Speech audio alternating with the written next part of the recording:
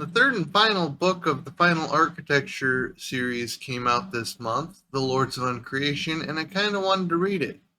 But to do so, I also kind of needed to read the first two books. So I did. Well, I read the first one so far, and these are my thoughts on it.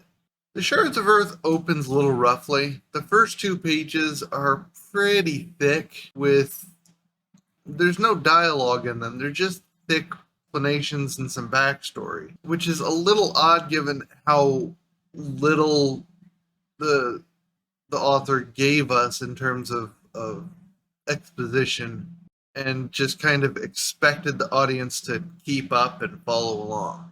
Once dialogue started, it got a lot easier to read, which is after a couple pages, so it wasn't really that bad. It was just kind of annoying. The author did reach for a thesaurus a little more than I would like, picking out big words for the sake of being big sometimes. Sometimes the word was warranted, but other times there was a smaller word that meant the same thing that could have been used. He also had this he put in some French, and it was just kind of annoying because I don't speak French, and the dictionary doesn't know what to do with it, so you have to Google it, and that was annoying. Once you figured out the very few French phrases he used, it was fine, but really, did you have to put in something that I have to Google to get a translation on? Other than that, the world was pretty interesting. It kind of throws you into it and expects you to keep up, like I mentioned, but it's an interesting far future sci-fi world. One thing I did note were some rather extreme parallels to Sanderson's Skyward Flight series. Both the FTL method and the big, scary Cthulhu-like monsters from the deep were... I would be shocked if he didn't pull those directly from the Sanderson books. That's not a bad thing. The Skyward Flight series has some pretty strong Gurren Lagann vibes, but it is noticeable. I don't really have a problem with it because he did something different with it. He took those ideas and ran in his own direction. Part of that was a bit of a darker world. Sanderson, of course, tends to write much more optimistic settings and characters, and this was certainly a darker theme than that. And there were no other real parallels that I saw, just those two were extremely noticeable. For the characters, I really did like the characters in the book. It's a crew of kind of misfits, so you also get some Firefly vibes.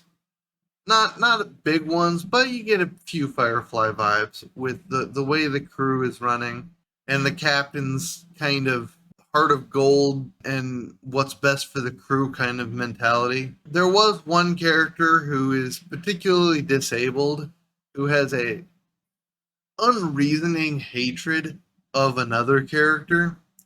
Now, I understand her perspective and her hatred of the culture this other character came from. That makes sense. Her unreasoning hatred of that character because she's a member of this culture, even though they're working together and she has ample opportunity to learn that her prejudices don't necessarily line up with reality. I mean, it's realistic because people are stupid sometimes, but it's also just annoying and a pointless method of creating conflict within the crew. The author could have accomplished conflict in a cleaner way than giving this character who functions basically on creating mechanical apparatuses to cart herself about. He could have done better there. I just found the conflict a little contrived, but it's not a huge plot point. It's just kind of this thing that runs through the background. But other than that, I really liked the characters. I liked the different races. The other alien races are not humanoid, and they think differently than humans, which is something you don't see as much as I would like. So it was nice to see that, and the cultures, either the various human cultures or the alien ones, were very clearly thought through.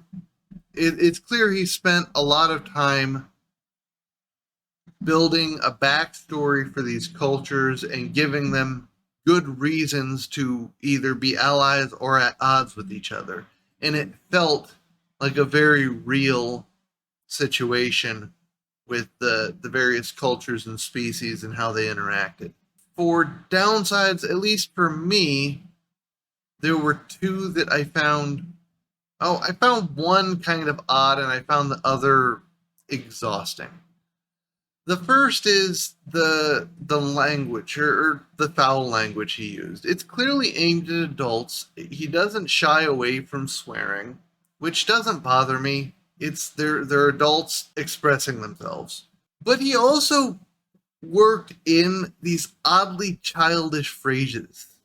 He had characters using the words like turd, which feels juvenile in the context they were used in and didn't make any sense.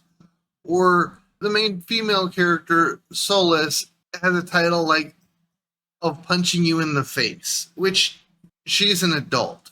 She's a soldier. And that just feels childish. Also, multiple times they refer to planets as armpits, which, I mean, it gets the idea across and tells the reader what they need to know, but it's an odd usage given the number of alien species that don't have armpits, and therefore it wouldn't make sense. It was weird. It didn't detract from the book, it just, they struck me as out of place.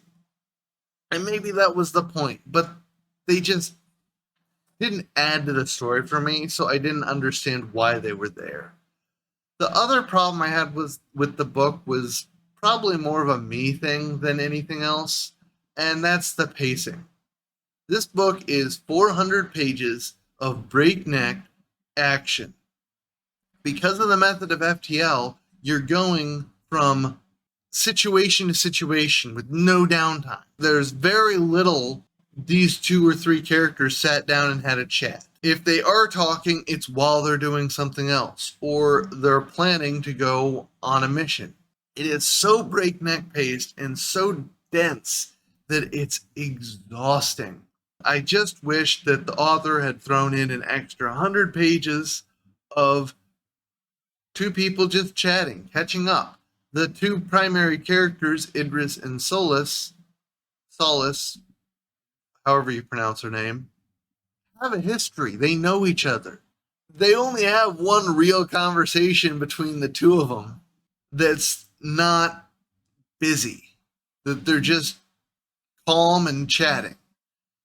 And I found that just frustrating. Maybe that's this author's thing. Maybe that's just inherent to this book. It's not necessarily a bad thing either. It's just not to my taste.